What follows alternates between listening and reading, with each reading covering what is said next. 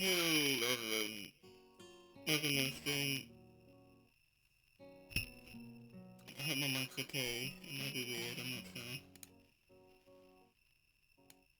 It's just...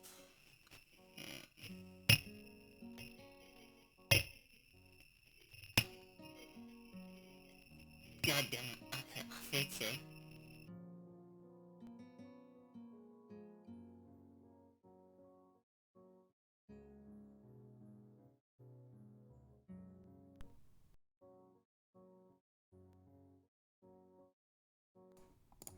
Hello? I thought that. I thought it was actually messed up. You couldn't... I guess, I mean, maybe you could tell a little bit, but... You couldn't tell what I was saying before, but I actually said, is it messed up? It might be. So I kind of waited for a bit. But then, yeah, you said... Mars rover audio quality. God damn it. It's friggin... Oh no, I don't think it's a problem with my thing, because I know there are, like, even...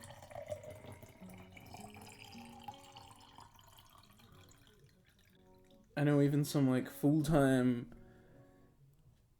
audiophile people even use this interface sometimes. So, I don't know, and this mic's, like, it's an RTX mic, like, it's not a USB mic or anything. So, I don't know, I think maybe it's just common that, maybe this is always just an issue you have to deal with these kind of things. But it is annoying that it, happens often. Okay, let's actually play Katawa Shoujo this time, because last time and I grinded Oscar instead, and so it's been quite a while since we played Disabled Girls.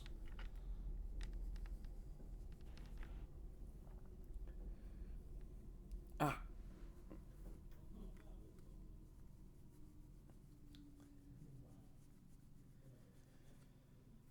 give me a sec while I clean my glasses.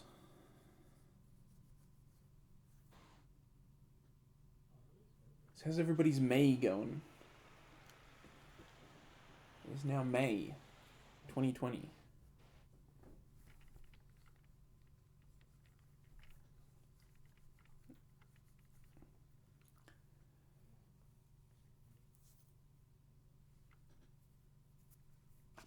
Alright. My glasses feel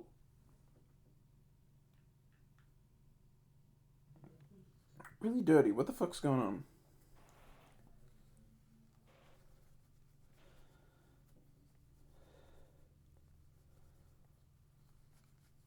This is such a... Ugh. Okay.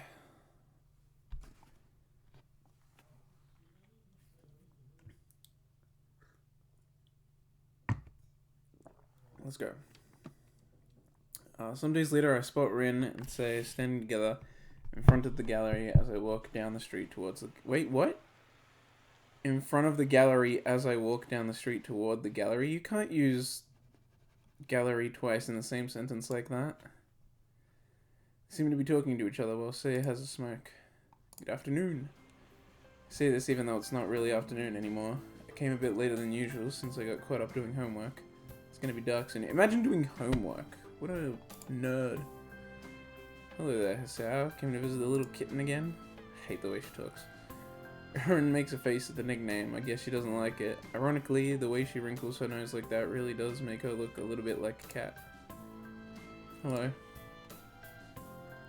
Sei turns back to Rin to continue the conversation they were having. So in other words, everything is going well enough. Rin makes a difficult expression and turns her face away from me for some reason. It's difficult. It's like I'm missing something, but I will do it. Work hard and it'll be fine. I'm gonna have to start working on my part of the preparations. I need to do a sales catalog, invitations, decorations, advertisements, and so on. I need the names for your works, and we also need to think up the general theme for the exhibition. I don't have anything like that. I'm not very good with words, so I don't use them. If I cannot use them, I mean, sometimes I have to, but I think it's not a time like that at all. You don't like naming your works? I don't like it. Yeah, that makes sense for her. I mean, she's talked about how, like, doing the art is, like, It means she doesn't have to use words. Well, I guess it's hard to come up with a good name for something like that. Rin shakes her head vehemently. It's not like that. It's not like if I could paint a cloud and call it an octopus. People will think about it differently than if I paint a cloud and call it the end of the world. Every name is wrong. Nothing ever explains what I feel like when I make a painting. It's not a word thing. The only thing would be to come up with new words for everything, but would it help at all? No, I don't think so. And the paintings would go with just unnamed number 1 and so on. It's a bit inconvenient, but that's not good. Unnamed means you just didn't come up with a good name, and unnamed is a name, like that Greek guy with the sheep and all. So thinks about this for a while, furrowing her brow. She keeps looking at Rin's serious face. So you're saying your artwork should be completely without labels? I think that's what I'm saying. Say lets out a dry laugh. The kind old ladies who smoke too much always seem to end up with. Let's hope your art will never end up in a museum. The curators would explode. She takes a contemplative puff of her cigarette, which is worn down. Not much. Wow, which is worn. Then she drops it off into the ashtray affixed to the wall next to the door. Then again, it could work. What do you mean? This namelessness, the rejection of labels, it works. It's a good unifying theme and something people can grasp onto easily. Allows for a lot of room for interpretation. It gives a good impression. Think about it. All sorts of associations can be made, starting from identity and self-definition, all the way to whatever you want to think about it. I could call the exhibition Nameless and build it on that theme. How does that sound? Rin thinks about this for a while. I'm not sure how Sei managed to get so fired up by Rin's our reluctance to apply names to her works.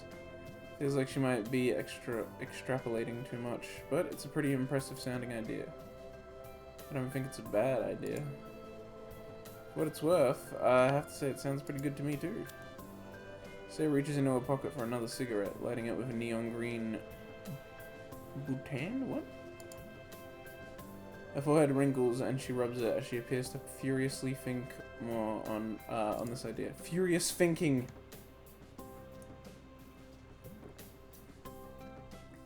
Giving the forehead some old thinking rubs.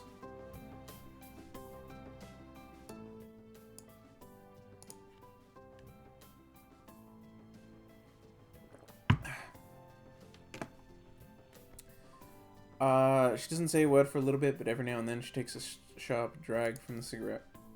Yes, I think this would work out pretty nicely. I'm going to take this as the starting point and work from there. I'm going into work on this. You go back upstairs and try to find your missing ingredient. I'm sure it'll come to you sooner or later. Rin doesn't reply as Sei takes one last long pull from her cigarette and drops it in the tray to join with others of its kind. The gallery owner turns to head back inside, but is stopped by Rin just as she reaches for the door handle. Sei. What is it, kitten? Can I have some cigarettes? She looks at Rin incredulously, clearly not having expected such direct a request. Not that I did either. Don't tell your teacher. She stuffs the packet into Rin's pocket, along with the neon green lighter. Oh shit. Isn't she underage? The day is already folding into dusk when we climb up the dark stairs, leading up to what is now basically Rin's atelier. Words. As we go inside, Rin doesn't seem to be able to settle down. She keeps pacing around the room like a caged animal, looking through the skylight at the burgundy-colored dusk. The last light of the sun's advanced across the sky reflects from the clouds floating over the town, filling every corner of the atelier blazing orange light. So, painting is going well? She blinks, then relaxes her muscles. I didn't even realize how tensed up she was until now. Not really. I haven't painted in 3 days. I'm going in squares. Suckles? If you say so. I tried doing things a bit differently, but it doesn't work. And now the old way doesn't work either.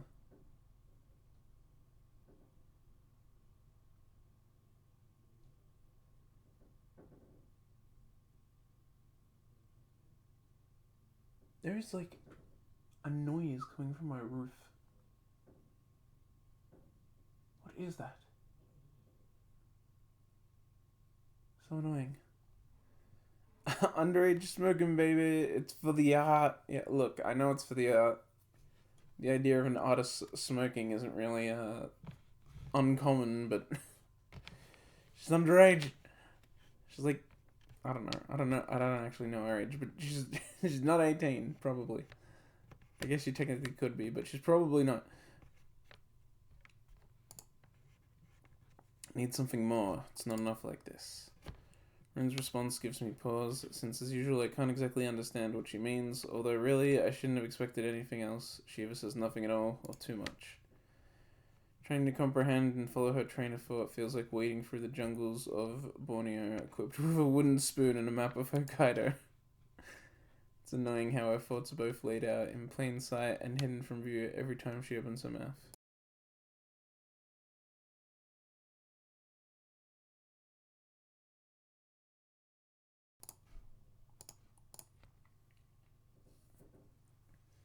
What more? You said that to say as well, a missing ingredient. I think I have to destroy myself. Well, shit. Most artists do. Okay, that sounds unnecessarily grim. What do you mean? Rin's shoulders slump and she turns to face me directly. I have to change. I've tried, but it's not enough yet. I have to destroy myself first, I think. Just to be clear, you are speaking metaphorically, right? Like, learning to paint from scratch again or whatever, so to speak? Shrugs her shoulders as if there's no difference. There is no difference. So you were going to start by smoking a cigarette? For inspiration? Maybe. I've never tried this before. Have you? No, can't say I have. Still, I'm not really sure if having a smoke is the best starting point. She responds to my words with another nonchalant shrug. Open the cigarette pack and look inside. It's almost full. Smoking is bad for you, but that's the idea here, I guess. Yeah, I need to do something. I want to paint. I need something more. So, okay, fine. Let's after smoking a cigarette then. How do you intend to destroy yourself? Rin thinks for a split second, averting her gaze like she does when she doesn't want to get distracted. I don't know yet.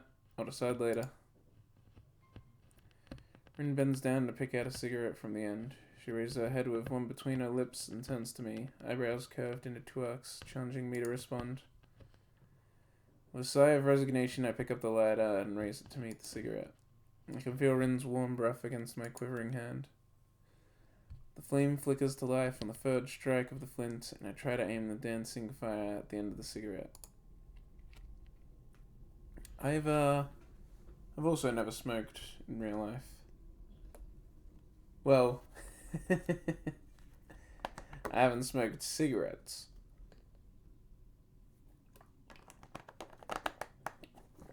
But I don't stay off the grass, if you know what I mean. To my surprise, she doesn't cough, despite telling me that she's a first-timer. Rin seems to remember that it's hard to blow the smoke out without spitting the cigarette out as well. She quickly sits down on the floor, bringing her foot to her lips, like a circus contortionist, and expertly picks the flicker between her two toes. Sir! Yeah, toast. Just once, and by once I mean more than once, but it was just like the one night, you know? Yeah, I've never smoked a cigarette. Well, I'm not a maniac. I get down on the floor as well, and we both lie down almost simultaneously while Rin blows a steady stream of smoke towards the dim sky beyond the glass of the skylight, looking after it thoughtfully. The thin haze of steely blue smoke slithers towards the ceiling in fish-like movements. It billows in the stagnant air of the atelier, twisting and turning around its own immeritable body until it dissipates in thin air. What's the word for smoke that looks like that? There is no word for that. I should maybe come up with one. Maybe. Rin takes another quick experimental drag. It's not very tasty. Feels like inhaling the dust lying on top of a forgotten book about the memories of a dead kingdom. Do you want to try? My hesitation unintentionally surfaces again, making me freeze in the face of a rather trivial and commonplace challenge. Yeah, seriously, we're like entering another dimension here.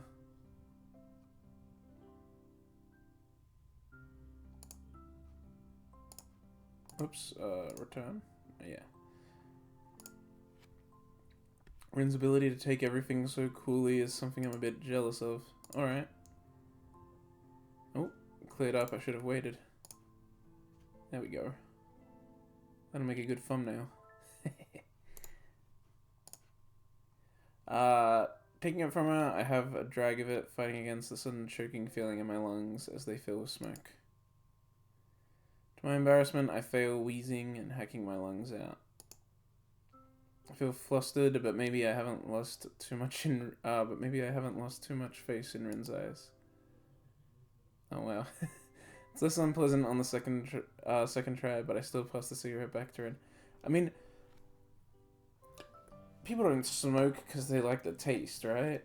They just do it because it regulates your mood. And then you become addicted to that mood regulation. So you have it. Your body becomes dependent on it and you get frustrated without it.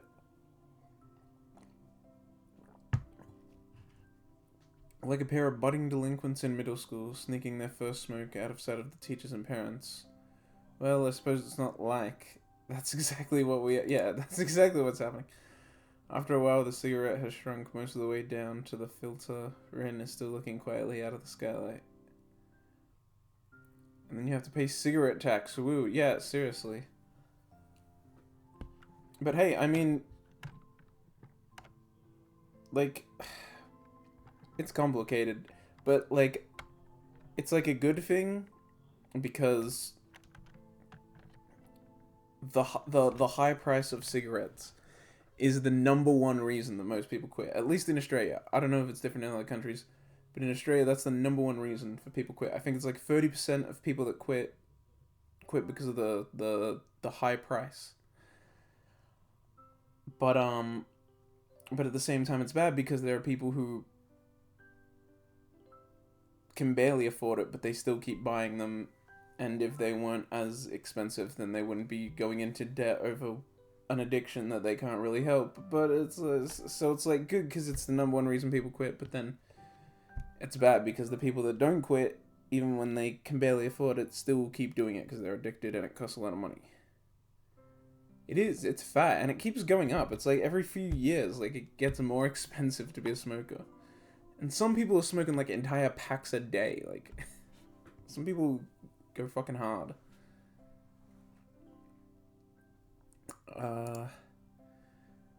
With her looking out there, the silence inside the atelier seems to deepen even more. And the cogs of creativity turning behind those eyes right now. What? Oh, are the cogs of creativity turning behind those eyes right now?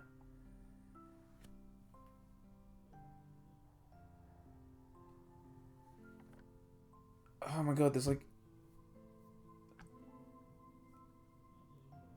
I have that like feeling that like I need to burp. Like there's like air like caught in my like throat.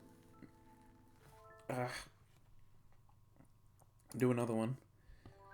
Mechanically pick another cigarette, light it, and place it in Rin's lip. She takes a few quick puffs and moves it awkwardly around with her lips. Fate. Oh, I almost said a very different word.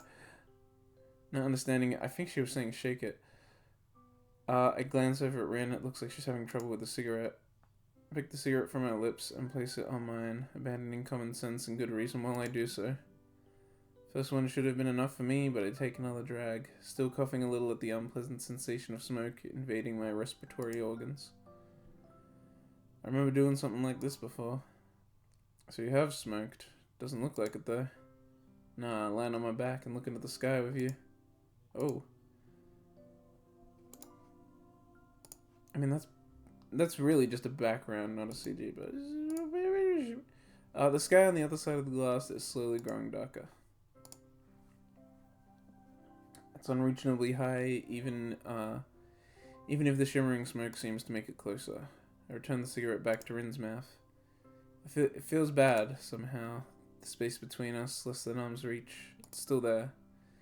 It's the distance between us, the immeasurably wide chasm of thoughts and feelings that separate us with graver certainty than even light years of physical distance could.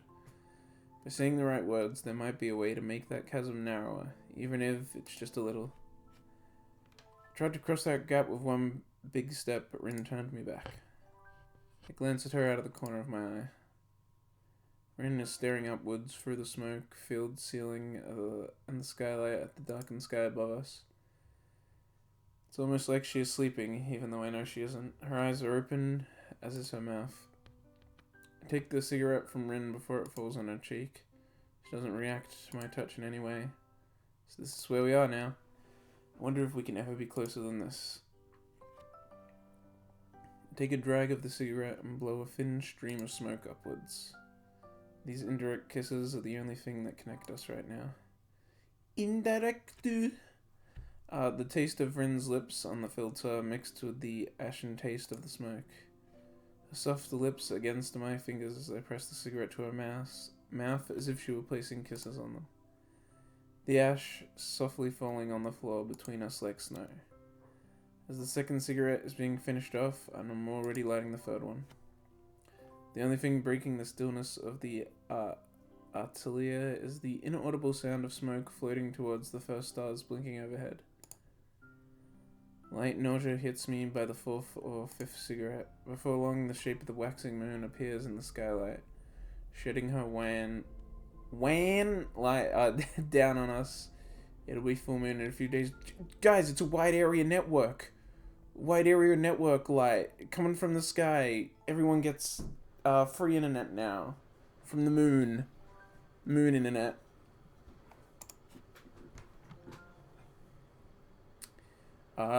It'd be nice to be able to fly. I flinch after realizing it was my own voice that gave birth to the remark. The bastard child of the almost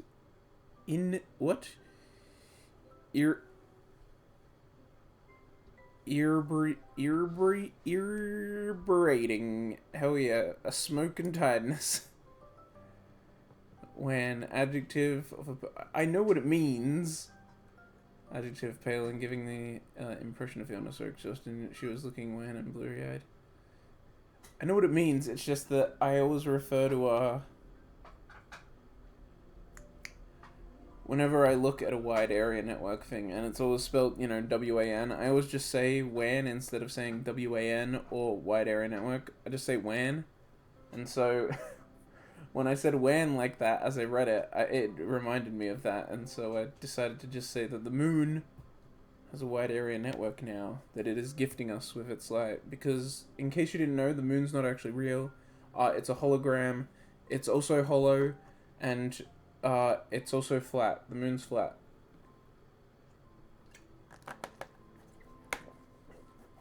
The Earth isn't flat. That's ridiculous. And the moon landing did happen, but the moon's flat. So the moon you actually see is a hologram. And also the flat moon is hollow. And people live inside it. You can't. You can. Sometimes I feel like it can do anything. I wish I felt like that too sometimes. Stop telling me there's an encoder overload, computer. You keep saying that, but you keep not having a problem because of it, so I don't know why it's such an issue. Universal conspiracy theory of the Earth. The Earth's also hollow and flat. And it's also the reptilians were here first. The aliens made the pyramid, and the Jews did 9/11. I don't fucking know, man. I wonder if she hears the bitterness seeping into my words. The vicious cycle of unrequited feelings is poisoning me even now. I shouldn't have said that. Twitch, don't ban me. I'm making conspiracy theory jokes, please. I try to push the grim thoughts aside. My efforts meet with little success as my mind keeps swirling around what ifs and if onlys. What is that? What that was? Watching the moon slowly creeping higher, I realize that a long time has passed since I came here. It sobers me somewhat, but also reminds me of the sad status quo we are in now. It's late. I'd better get going back to school. Oh, I finally burped. Hell yeah. Pog's in the chat for my burp. I stand up to leave, but Rin doesn't show any sign of rising up from the floor. She lies inanimate as though all life has been sapped from her. Little wisps of smoke float about her, memories of the cigarette we shared. I grasp her by her short and thin arm and try to pull her up. To my surprise, she complies and stands up with some help from me. I notice how little Rin weighs, as if she were made of feathers. Are you gonna stay here overnight? I have to. I haven't painted much in 3 days. I have to find out how I can start painting. Maybe the smoke helps. Just take a break. That's no good. I have to do it. If I can't paint anymore, I will be destroyed for real. Maybe you're just burned out. You've been working pretty hard. That would be bad. I wonder if this is it for me. I wanted to see how far I can go. Maybe this is it. At the end. You just have artist block. It's not a big deal. That's the word for when you can't paint, right? I've had that before. Never like this, though. Pick up a brush, then I want to put it down right away. And then I do. 3 days. It's like I've forgotten how to paint. I didn't think that was possible. Like, more impossible than Emmy growing wings and a tail. You need a break. I mean, I get that you're trying to go deeper inside yourself for your paintings. But it's really not that healthy to stay inside your own head for so long. Glance at the night sky, visible through the window. A couple of stars are weakly twinkling above the city. They remind me of something I used to do once upon a time. Feels so horribly long ago. Come on, let's go outside. Where?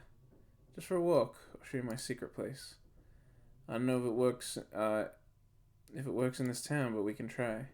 In any case, you need a break and probably something to eat. Come on. You need to get your thoughts away from this for a while. When they're troubled, most people escape from their unhappy lives into a world of fantasy. I did that before and still do today, reading books endlessly, immersing myself in their world rather than my own. Rin's escape should be the other way around, though. Out of her inner world and into the real. Rin doesn't look happy about this, but I ignore her. At least she's somewhat cooperative, walking after me as we head down the stairs and then down the sidewalk. Night has fallen upon the town. We're going out for night in town. It's a gentle summer night, smelling of flowers and hot asphalt.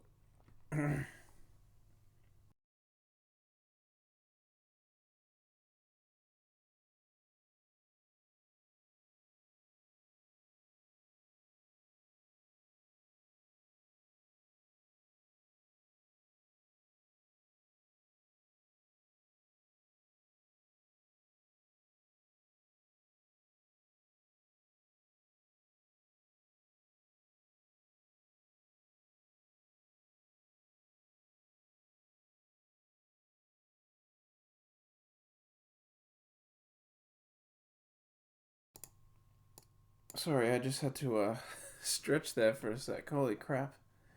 The amount of cracks my back had. My word. Oh, I feel better though. I feel a lot better. The sunlight is replaced by shining neon colors and bland yellow streetlights. The air is easy to breathe, as if the air pressure was noticeably lighter than usual. No stretching ASMR, disappoint. It wouldn't have been ASMR because, I mean, maybe you would have heard the cracks, but then you would have just heard. But also directly into the mic, which would have peaked it. So that would suck.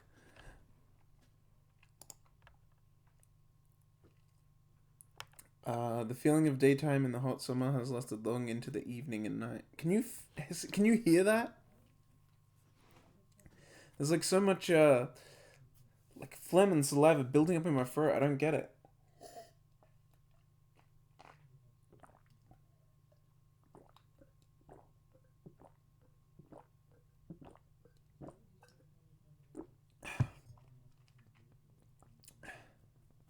Wish it would get out of there. It's really fucking annoying. I read that, I think. I grab Rin by her sleeve like I've seen Emmy do, and to my surprise, she obediently follows. The pale streetlights fight against the all-enveloping darkness as we walk together, the guide and the guided, although neither knows the destination. But it doesn't matter. This is the one moment where the usual silences that have become a ritual between me and Rin at last fit perfectly. We walk side by side, choosing directions on impulse or inspiration.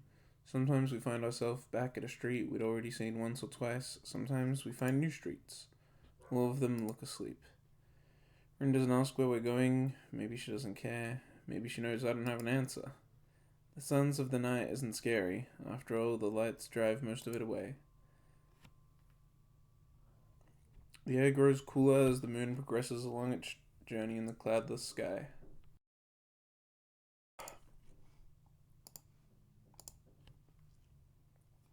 God damn it! It's the fucking way I drink. You probably heard it when I drank the water before that, like gulping that I do. I literally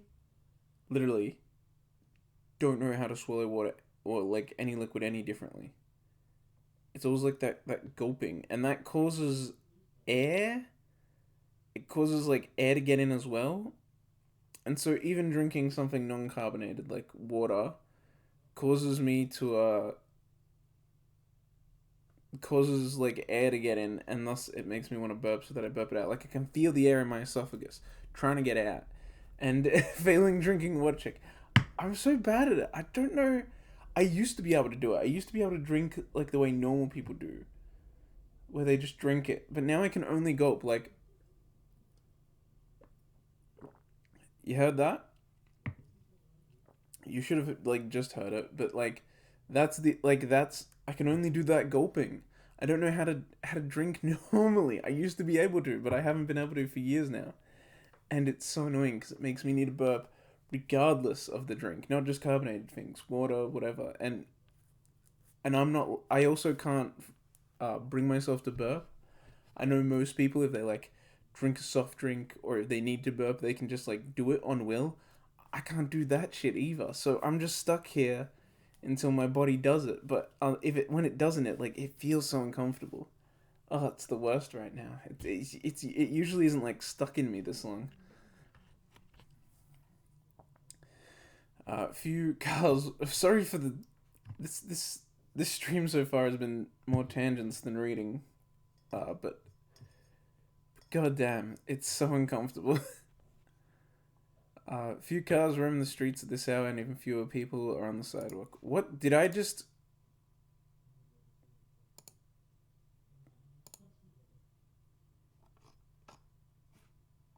I thought something happened in my Discord. It's fine. The apparent lack of nocturnal life is somehow befitting of this place. There are round-the-clock shops and cafes, sure, but the atmosphere is like the town itself is slumbering, a town that sleeps 8 hours a day.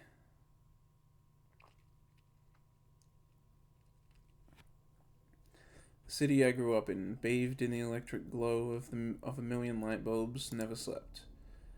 I've seen it for myself. It's not the first time I've done this. It happened one of the first times I was home alone. Both of my parents had business trips that neither could cancel, so they deemed me old enough to survive 2 days on my own. Their misplaced trust in me did not go to waste as I proceeded to spend the entire night out walking around the city. Even afterward, I couldn't say what made me stay downtown longer than I intended after school. I didn't feel like going home, so I stayed for the evening and eventually through the entire night. I walked long concentric circles around a landmark chosen at random. For some reason, the nighttime city felt fascinating. So I walked its streets. At every intersection, it was possible to choose your destination at random because they all led nowhere. The aimless wandering made me see things differently. I hope it'll do the same for Rin. We stopped to buy some hot coffees and snacks from a vending machine, and then locate a bench where we sit down to eat. There's no time in the night of the town, so we... What? There is no time in the night of the town, whatever. So we spend an unknown amount of it just sitting there observing the stillness of the usually vivid townscape. Still, it's getting very late, and soon it will be getting very early. So is this it? Hearing Rin's voice surprises me. She doesn't sound bored, rather her tone is inquisitive, uncertain as to why I dragged her out here, yet curious to find out the answer. Yeah, have you ever been out all night? It's like a different world. The remark sends her thinking for a while, looking around as if she was looking for something. The wisps of light reflecting from the corner of her eyes are suddenly very sharp. It's not a different world, it's the same, just asleep. What do you think this town is dreaming of? Maybe something like car sheep, or building sheep? Why are dreams always about sheep? I've never seen a sheep-related dream that I can remember. Different towns dream of different things? Probably. How could they not? Answer half joking, half spurring her on. For the first time tonight, it seems like a bit of Rin's life has returned to her. She doesn't continue her list of rhetorical questions, though. Instead, she leans back a little and looks up at the moon traveling above the town. The cool breeze blowing between the buildings seems to steal the conversation away before it even really begins. It's too bad. It looked like Rin would get out of her blue mood. I wish I could somehow know the right thing to say, but I realize I can't do that the way I am now.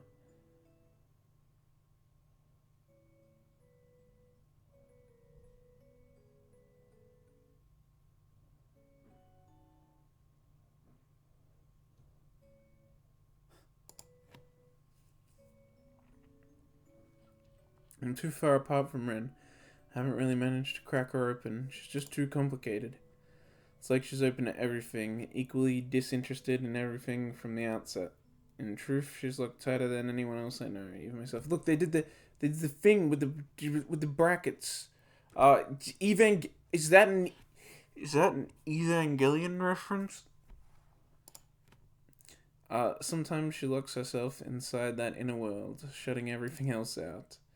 At other times, her thoughts flow freely from her mind, but not organized in any fashion that would make them intelligible to the rest of the world. What comes out in the form of paintings, I can't interpret. To me, it's just a sea of colors and shapes, not a message. She's too far away. I now know it was a bad idea to try and reach for her in the way I did, but I can't help liking her. I look at the fingers of my right hand, trying to remember what Rin's lips felt like against them. Do you ever feel like you're trying to reach out for something that's impossible to reach? Rin turns her gaze to me, tilting her head quizzically. I wonder if she understands the meaning of my own rhetorical question or not. Either way, I like how I can manage to catch her attention just by speaking aloud nowadays. All the time. At least I think so. That's what painting feels like a lot of the time. Or all the time. I don't know. Sometimes I get the feeling that I can really paint what I want. Sometimes it feels like it's just another shadow of me. Like a mirror that doesn't work right. Like talking? Maybe. When I was little, I didn't really have friends. Maybe it's the same now. The only things I liked were pens and paints. They were the only things that understood me. Now it feels like that is going away too. Change really is a scary thing. I wish I could understand you. She looks at me melancholically, roused by my thoughts materializing as words spoken aloud. Me too. Whatever she meant, she wished for me to understand her. Her to understand me, or her to understand herself. I never ask, nor do I find out. I see her eyes searching for mine, serious and cryptic as they are. I'm not getting any explanation from there. Don't worry about it. I will. Small hints of a smile are wavering on her lips. When she's like this, it makes me feel like... what? Oh, it makes me feel that maybe there's hope for us. We get along so well for being so different. It's just that we never really get along precisely because we are so different. Maybe it's Rin's passionate approach to her own art exhibition, or perhaps my own careless words, but last week was different from usual. Small friction between us seems to be somewhat volatile, but at least we now seem to be back to normal. Relatively speaking.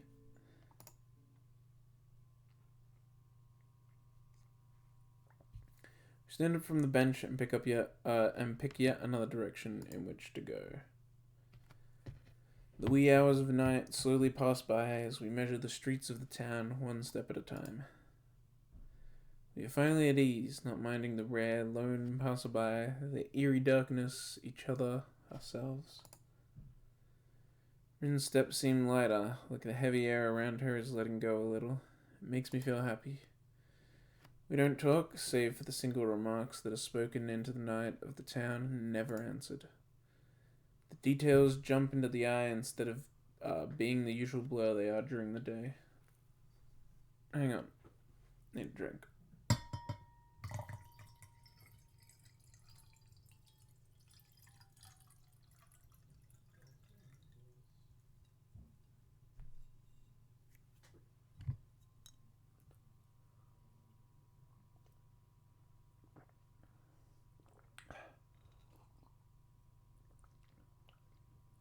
Hell yeah.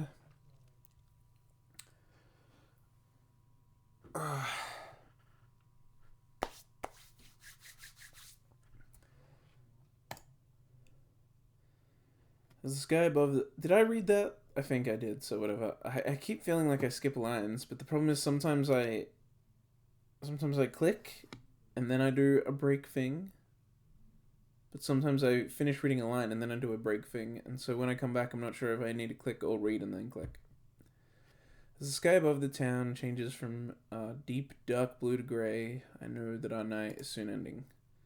It's almost morning. Rin looks up too and nods at me.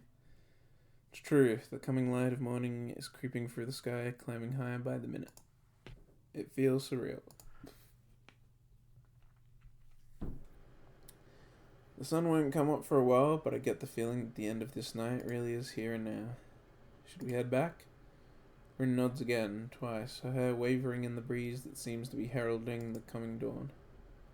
Abruptly she takes off, taking the lead in this walkabout on which I've brought her. It seems she really is in a better mood.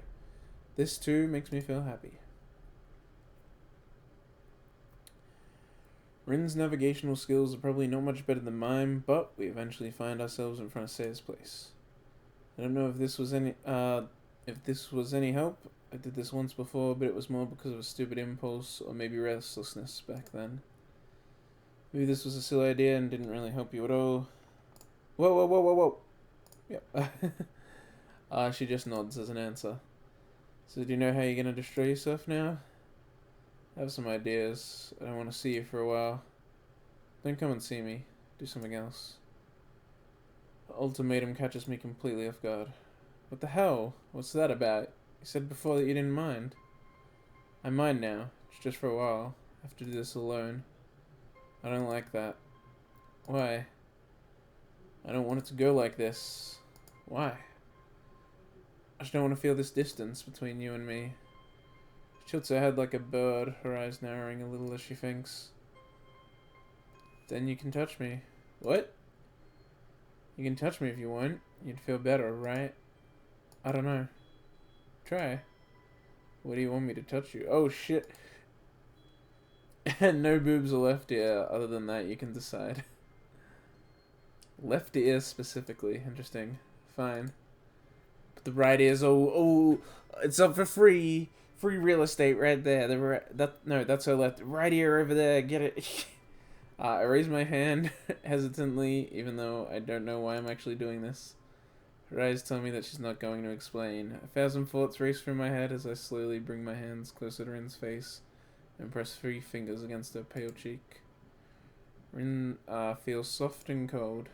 She closes her eyes on contact and visibly relaxes. I can feel her soft breathing, her muscles releasing tension as my fingertips caress her cheek. She doesn't rest her head against my palm or anything else you'd expect a girl to do in this sort of situation. In fact, she hasn't reacted at all, save for those now shut eyes. Once I withdraw my hand, she opens them again. It might be just an illusion created by the timid morning sunlight playing with my eyes. Rin looks like she's holding back a smile. This is the problem with our relationship. Half the time I have no idea what is going on, and the other half I just fail to understand why things are going like they are. As usual, I'm not going to get an explanation. Rin merely takes a step towards the door. See you later. Then she disappears from my reach. Disappears from my reach for an undefined period of time.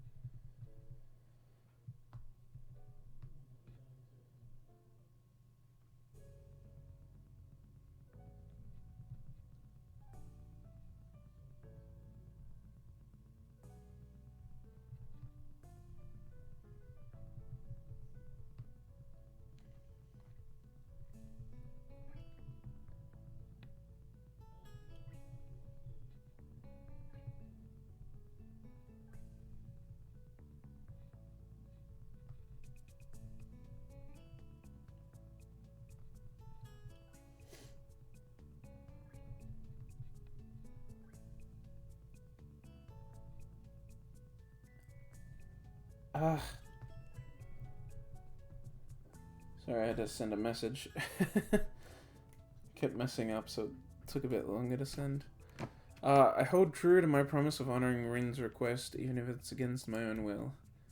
I try to redirect my focus into my studies, but end up zoning out during classes and doing only the minimum amount of work required. Still, I start looking into my post-high school options a bit more seriously. Pour over university brochures and various career paths. Holy it's hot in here. I'm gonna open a window.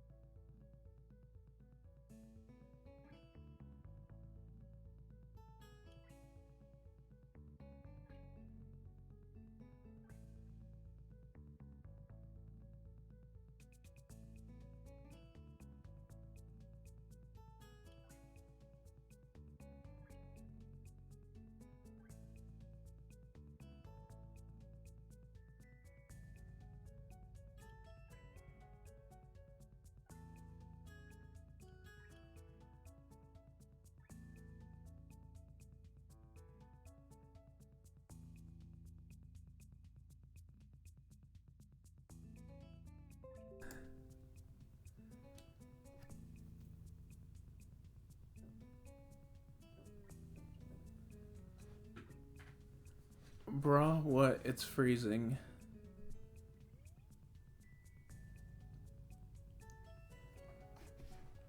It is freezing in general, but it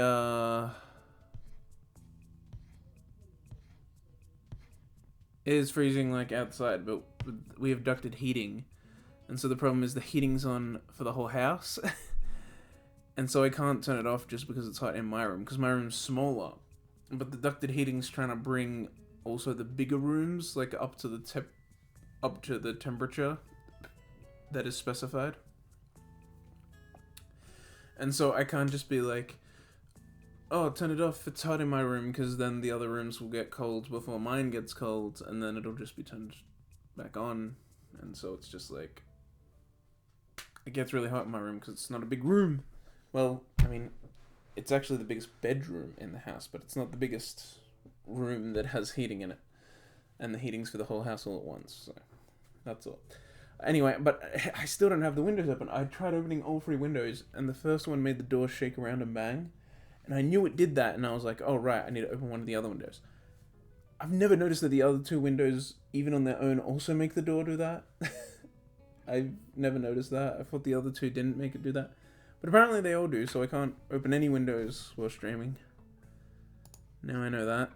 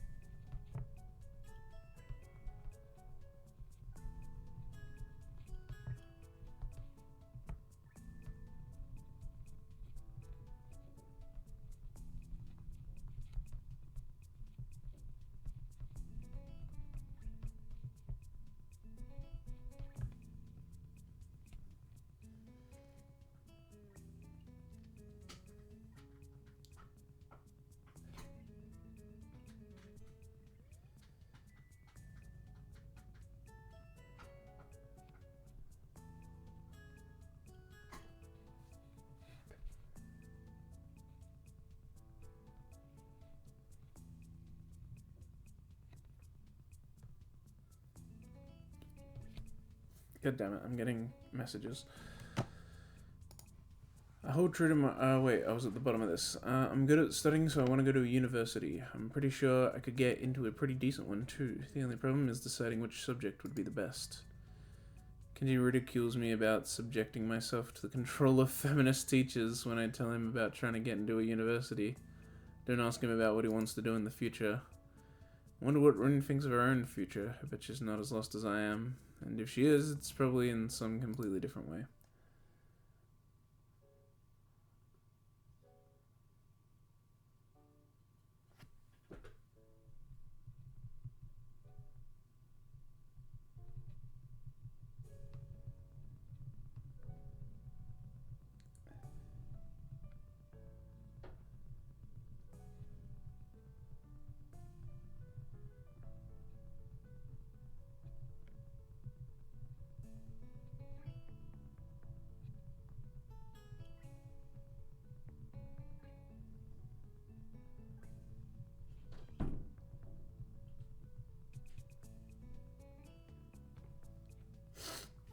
I feel somewhat disappointed in finding out that I can't stop thinking about her. Her request makes me worried about her and think about her more than I did when I could go and see her when I wanted. It bothers me that I can't. Black and white backgrounds. As expected, I eventually crack. Guys, she's gonna get pissed at me. God damn it. Late one afternoon, I get on a bus heading downtown. I try to avoid explaining to myself exactly why I'm doing this and keep thinking about other things for the entire duration of the trip. After a 5-minute walk, I'm standing in front of the gallery. I walk past it to the door of the atelier, but at the last moment I lose my courage and continue on all the way to the next corner. At which point I turn back.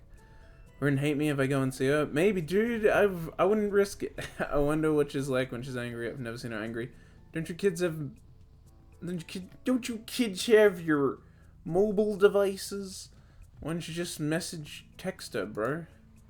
Be like, hey, I want to see you. Can I come over? The worst thing would be if I actually ruined something by going to see her, like she seemed to imply would happen. But there's no way that can be true, can there? It's just one of her quirks. I guess it depends what you consider ruined and something to be.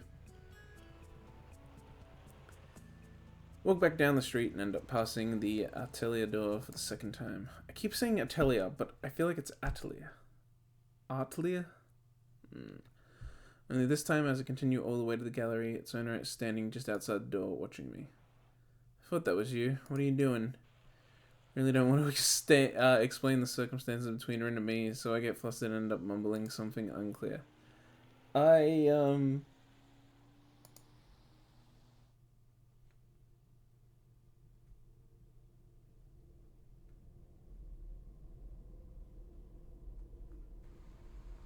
She takes stock of me and then sighs deeply, looking warily amused somehow. I hope she didn't misunderstand. Would you like to come in? Your teacher's visiting. We were discussing Rin's exhibition. Oh, thanks for the invitation, but I really should... Don't be shy now. Come on in. Follows say inside, finding that our art teacher indeed is there. Nomiya is standing at the big desk, contemplating what looks like an invitation card. Oh shit, did I? Fuck me! God damn it. This is... piss and fucking... Don't mind me, I just...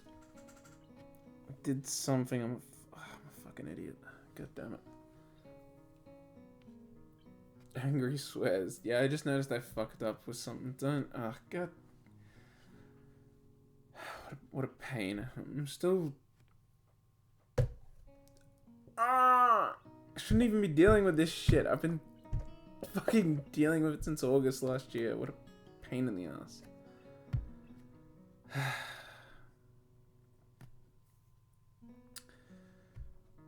I fully say inside, finding that oh no, I read this. Nomiya standing at the pit. Yeah. Look what the cat dragged in and pissed all over. Nakai, hello there, my boy. Doesn't seem to be at all fazed by my appearance.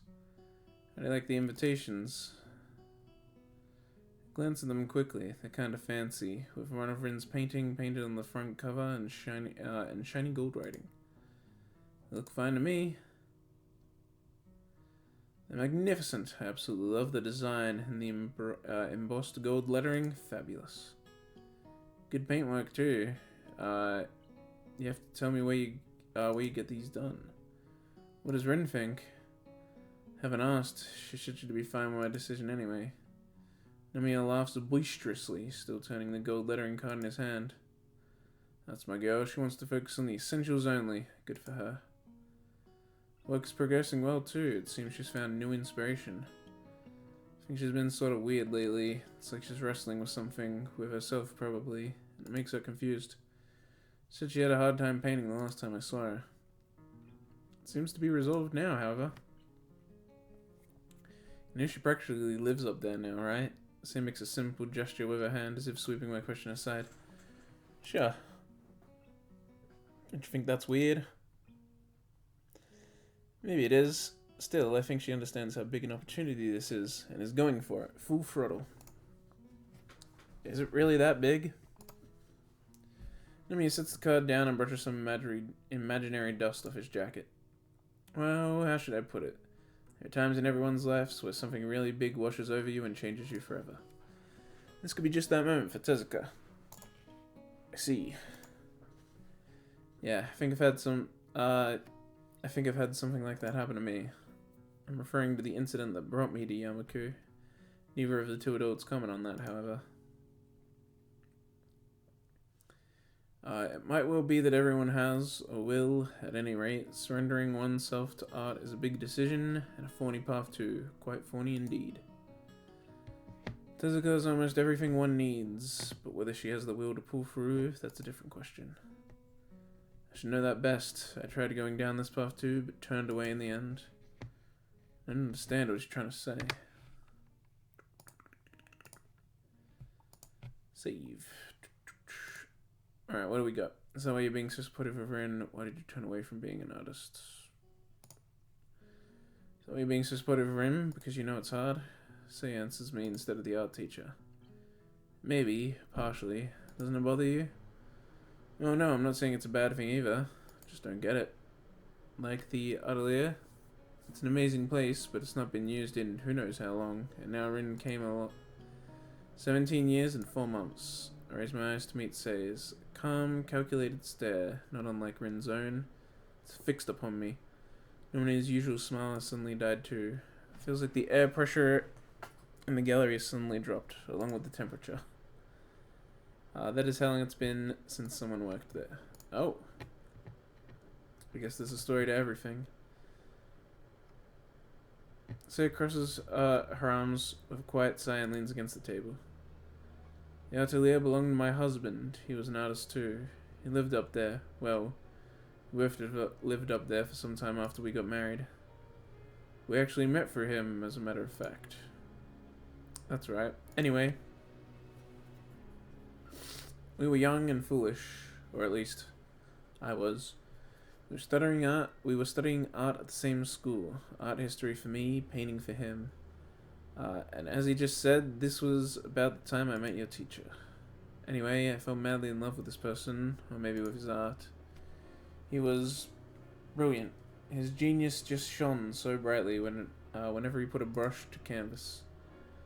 Voice takes on an almost reverent sort of tone. She reminisces about her husband. I look at her hands and notice that she's not wearing a wedding band, and on top of that, she keeps speaking in the past tense. He really was the kind of artist who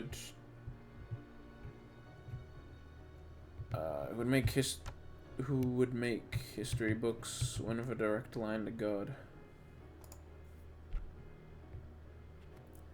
That's what I thought. Anyway, silly, isn't it? I think we all knew that he was something else back then. Even the teachers. That genius. Well, I'd say it consumed him. Everything, absolutely everything, was second to art. Be it social life, getting a job, or even me. It just wasn't as important. Seems that artists can't look at their work as just a job, you know? It's something more fundamental to them. It's hard to live with a person like that, hard to be married to a person like that. She takes a pause and looks to see if I understood. I guess the point of this story hasn't emerged yet. That, or I've missed it. So how did you cope with it? My question, probably the exact one she was waiting for, draws a dry chuckle out of her. However I could. Sometimes it was hard, sometimes I fooled myself into believing he would change.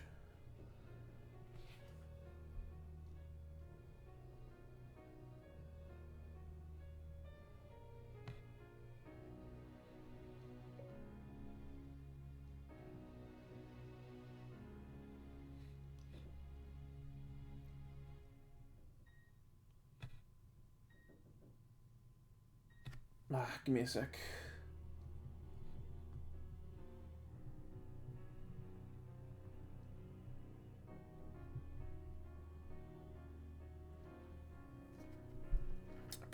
I pursued my own things too, so it was easy just to let him be. It's not like you can stop an artist from painting if he wants to paint. Plus, being with an artist is fascinating. I can't say that I hated it. Art schools are full of all sorts of posers and pretentious schmucks. But true artists are lovely people in general. I think that's why your teacher has taken such a shine to our little kitten. She really has the making of an artist, and a good one at that. She wants to paint, she must paint. Quite so, she's the best student I've ever had. It's just about her finding her own way now. Maybe that's why I wanted to give her the chance. If she goes to an art school, it'll be good for her. Artistic expression is about finding one's own place to be, your own limits, and then working with them. To expand them, to break them, whatever works best. But you have to know the limits of what you can do. Anyway, long story short, my husband was a person without these kind of limits. A unique individual, but a human being can't endure a thing like that. He died young. After he was gone, I couldn't stand the atelier anymore and tried to forget it.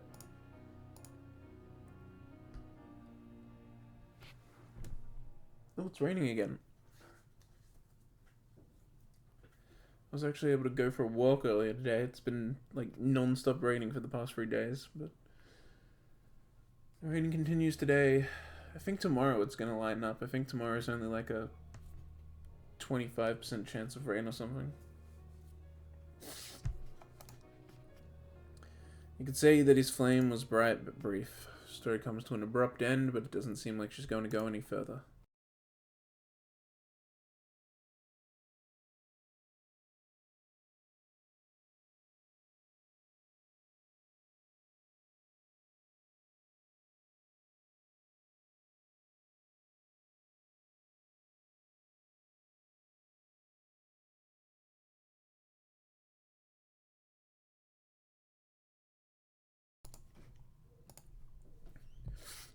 Lemia toys with the invitation cards laying on the table as if doing something just for the sake of doing it. But what if What if Rin is like your husband too? What if she's a person who has unlimited potential? Say's hand twitches, and I see once more that sad look welling up in her eyes. It's a look she gets when she watches Rin. The look by which she remembers her husband. I doubt it. Say stands up and digs in the pocket of her jacket for a cigarette and a lighter. Her hands are shaking. I'm going out for a smoke. Wordlessly, Nomiya and I both decide to follow her after a moment. It's already dark outside. Say is standing with her back to us, ticking sharp, occasional drags on her cigarette. Its weak amber glow illuminates her face, framing her sharp jawline. Maybe it's best to call it a night. I can give you a lift back to school if you want, Nakai. You're not going anywhere, Shinichi. I need a drink. We're going to that place at the corner. Oop, didn't mean to do that. Teacher looks at the old lady and then shrugs at me apologetically. It's no problem. I'll just catch the bus back. I'm heading upstairs to see if Rin will come back to school with me anyway. I think she's been staying overnight here too often lately. So locks the front door of the gallery and links arms with the old art teacher. I feel strange looking at them. Wonder what it feels... Well, god damn it. Why do I keep doing that? I wonder what it feels like to have friends who've been with you for decades, for most of your life. I can't imagine it. Decades? Well, I can't really answer that. I'm only 22 myself. But I do have a friend that I've been friends with for more than a decade. And most of my life. So, you know.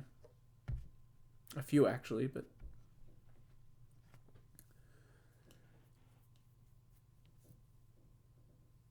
But yeah, none for multiple decades. Not yet. Two of them start making their way down... way down towards the street, towards the bar on the corner. So I quickly head upstairs to the atelier door, ready to get to what I originally came here for. Climb upstairs and enter carefully. The room is dark because of the quickly falling night, but I can see Rin, or rather her silhouette, sitting on the floor.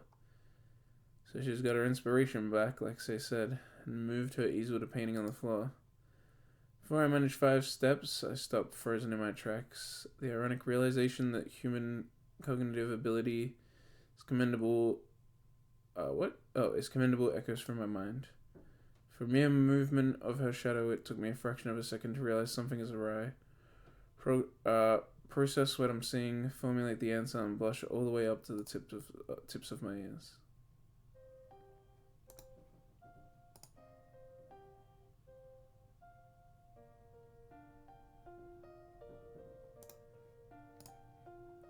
Rin is sitting on the floor with her legs under her. She moves in rhythmical motions back and forth, slowly grinding herself against herself. Her breathing is so heavy it's almost visible in the dim light. It's the heavy panting of one who doesn't have the option of breathing gracefully.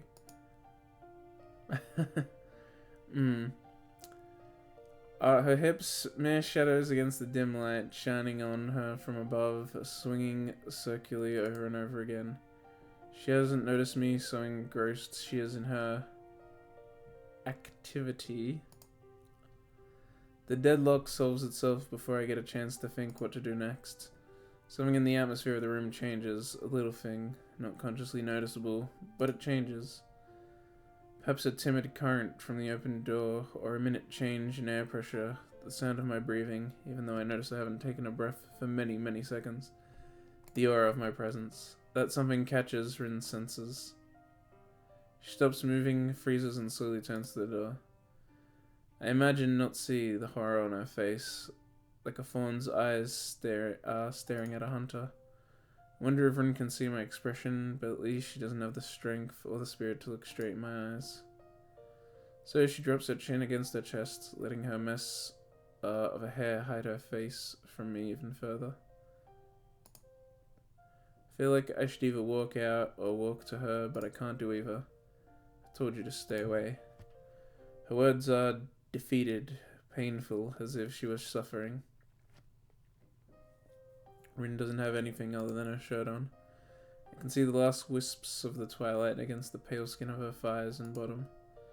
There's no way I can back off anymore. I lost that chance, so I do the next best thing. Quickly avert my gaze, even though Rin doesn't see what I'm looking at. I'm sorry.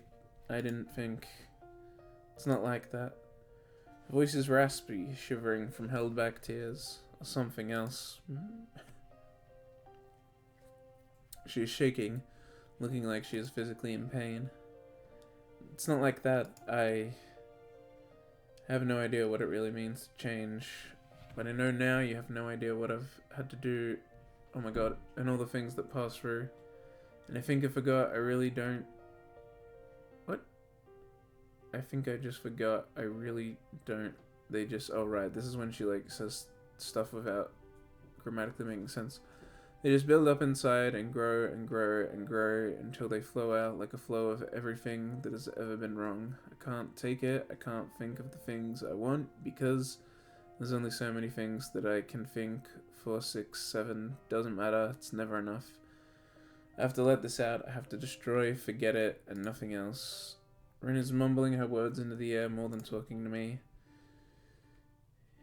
It is the rambling, ranting, raving speeches of a lunatic, even and steady in tone, but taking the form of a never-ending stream of words, almost simultaneously spawning from between her lips. Feels like she forgot it is me who is present, or that someone actually is present. Maybe she vaguely recognizes what is real and what is not. Maybe in her mind I am a voice inside her head. I look down at Rin's sorry figure, cowering on the floor with the white shirt of her usual attire on. It neither preserves her modesty that is gone, nor her body warmth that she doesn't seem to care about. She looks more broken than I imagined a human person being capable of, and the hospital and school have given me some real perspective on that. I remember that hazy blue smoke, and myself wondering what Rin would do for the sake of art. The realization that Rin really is always serious hits me with its entire weight. She really and truly would destroy herself if her art required it. I thought she was so silly with her strange ways, talking about personal change as if it was something sudden and concrete, like waking up. I had no idea. This is her, laid bare in front of my eyes, in all possible meanings of the word. Complete isolation here on the top floor of this building, in this room, in her mind.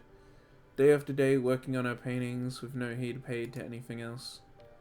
Breaking herself to reach that which she wishes to reach. This obscene art that she does for reasons I'm not sure she herself understands. Why does she have to do this? I'm trying to connect the pieces, but I don't understand. I feel sad, scared, excited, disgusted, worried, and a number of emotions I can't remember the name of now. I feel conflicted. I should go. I'm really sorry. It doesn't matter. My voice is dry and quiet like sandpaper coming out of my throat. I really am sorry. Sorry for seeing this. I don't want to see Rin like this. All I can see is her sadness, her stress and despair. Is this what a limit means? How could say no and let Rin go this far? Or is it me who is to blame? I almost walk out right there, but at the last moment I turn around, steel myself, and walk to Rin to crouch behind her and lightly touch her forehead. She doesn't resist or react. I can't leave her like this, she's not well. She feels like she has a fever, freezing cold and burning hot at the same time. I wonder if she got sick from staying out all night with me back then. It seems she's prone to getting ill. She's got coronavirus, obviously. Come on. There is a blanket on the couch, but I wrap my arms around Rin instead of fetching it. She does not resist my clumsy hug, only slumps her head lower, deepening the shadows hiding her face from me. What are you doing? Nothing. I'm not embracing her out of love, nor out of forgiveness. For am I in love, or is she sorry? I just want to hug her. For a moment, the only sound in the room is her heavy breathing. My body warmth shared between two people is barely enough, but slowly, painfully slowly, it spreads from me to her. The small warmth returning to Rin makes me feel more conscious of her body against mine. Even in the darkness, I can feel the fleeting scent of Rin's hair, the sweat on her skin, the dried paint stuck to her shirt. Feel the hardness of her bones and the softness of her flesh. Her heart beats echoing mine, out of rhythm, just like always. The hot blood rushing inside me reminds me why I said what I said back then. why I came here even after all, why I'm here tonight again. Why I'm hugging her now to keep her so safe against the cold and the sadness. Rin has really grown on me inside my heart, claiming a small part of it as her own without even particularly trying. Rin. Even if she wanted to push me away, I can't help this feeling. Are you alright, Rin? I'm not. I think I broke. I painted some really good things, incredible, but it hurt me.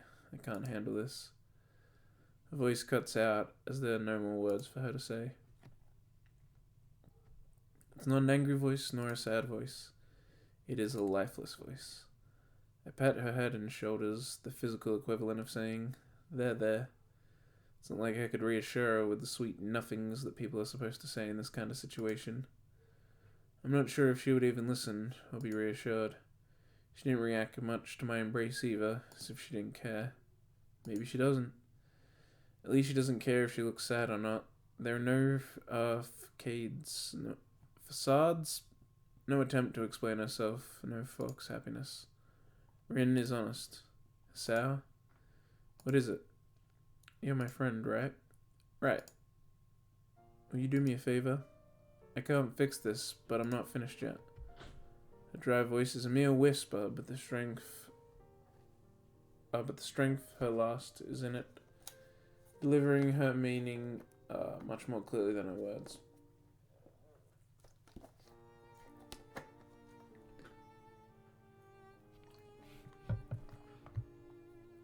I don't just have water here. I also got Boost All Berry Bang, which is the best Boost flavor.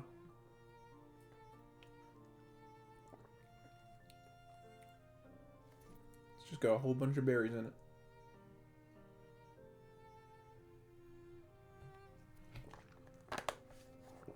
All Berry Bang, baby.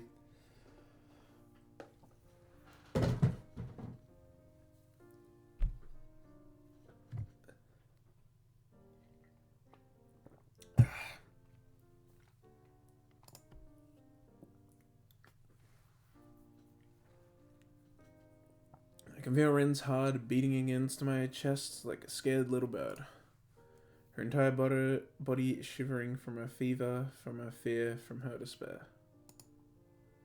My brain is fast becoming overloaded with the myriad of thoughts this encounter spawned, but I have to push them all aside.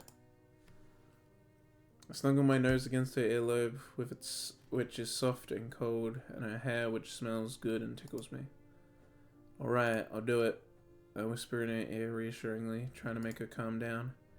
It works at least halfway, as Rin closes her eyes and leans against me, as if searching comfort from my warmth. But this is not something that friends should do. We can't be friends anymore? It's fine, don't worry about it. Just relax. Even though I said that, I'm on the verge of breaking myself.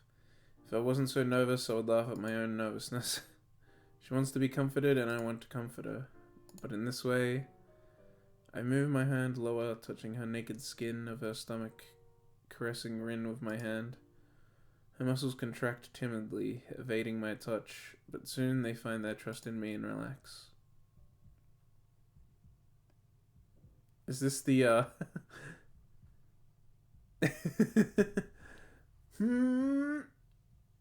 Is this because I turned off adult content? Rin gasps for breath like she's drowning, returning to reality because she has no other choice. Her entire body is still in the throes of the slowly dying moment. Pearls of sweat are glistening on her forehead. Nice fish. Yeah, they were alright. They were alright. Nice, maybe. 6 out of 10 fish.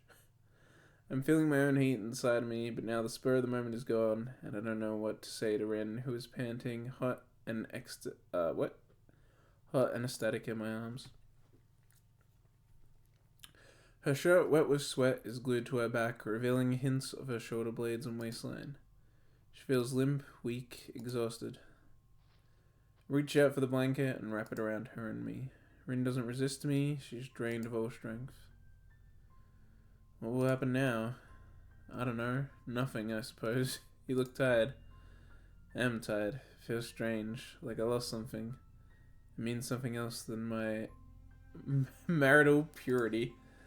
Don't say something like that. Neither of those things. I don't want to lose you.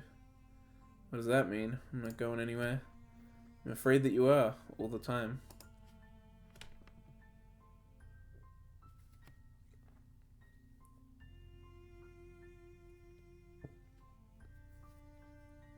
In that moment, I felt that it was not only Rin who lost something of hers, I felt that I was losing a part of myself, or maybe all of me.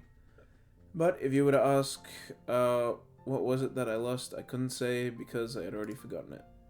I broke another promise by coming out with my honest feelings to Rin. That's 2 in 1 day. I hate the distance between you and me, so every time it gets a little bit closer, I become afraid of losing it. That's weird. I guess so. Do you mind if I sleep a little? No, I guess you don't. You like watching, don't you? She closes her eyes and swallows with a loud gulp, trying to relax herself, fighting against the urge to paint. Yeah, I do. Rin moves her body in my arms, searching for a comfortable position in a very uncomfortable position. She leans against me, closing her eyes, and lets one last long breath out before settling into the steady rhythm of sleep. With her last moment of awareness, she whispers something to me, but I can't hear it. Oh, that's like the moment where it zooms into the lips, and you see them whisper, you see them say something, but you don't know what it is, and then later they're gonna cut back to it, and that time, when they cut back, you'll be able to hear it, and it'll be like, oh my god. Rin drifts deeper into sleep with a deep sigh that releases all remaining tension from her muscles. Try to shift around to place both of us more comfortably. It takes a while because I don't want to wake up. I don't want to wake up Rin, even though she probably wouldn't. But eventually I find a position I'm somewhat comfortable with. I lean against the soft cushions of the couch and breathe in the cool air of the atelier. Rin's head rests against my chest as if she were listening to my heartbeats. Echoes of her dream ripple as small twitches on her face, like a cat sleeping the mouse hunter's dream. The full moon, shining a pale light upon us from beyond the skylight, reflects from a blank canvas standing forgotten on the easel. Its whiteness is glowing against the dark night of the atelier.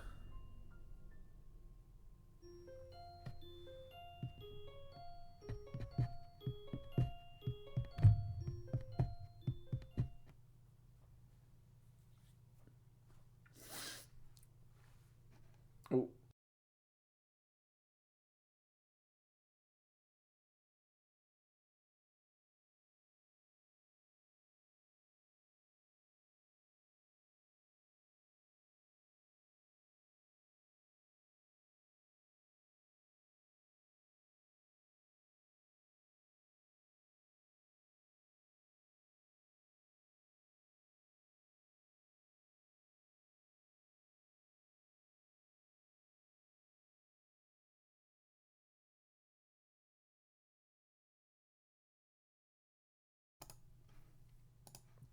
Oh, my nose got runny all of a sudden.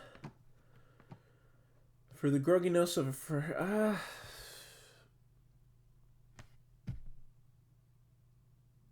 I'm gonna have to cut this one short.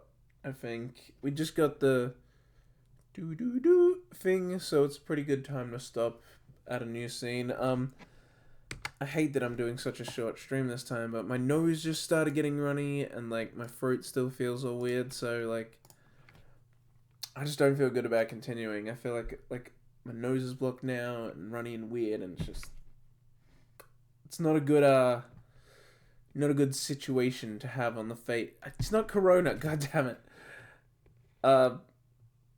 It's just not a good situation to have when trying to talk and stream. So unfortunately, it's a short one today. But you know, I've been doing some long ones recently. Although I also had a 3-day break, so. But you know, it's fine. I'm trying to keep it daily again, so I should stream. I should stream tomorrow. Hopefully, it'll be for longer. I might do Katawa Shoujo again. tomorrow to make up for the fact that this one's only 1.5 hours. And also because I just really want to put more into Katawa Shoujo. It's been a while since I did it, and I did a really long like Fire Emblem and stuff. So, and I was meant to do it, but then I did grinding for Oscar Body Pillow for like 3 hours. So I'm gonna end the stream here. You'll stay frosty. Did I save? I can't actually remember. It seems I did, but I'm gonna do it again just to be careful. Okay. I'm gonna see you all next time. Thanks for dropping by in the stream. Hope you had a good time. Sorry it's short. Hopefully I'll see you tomorrow though. Ciao.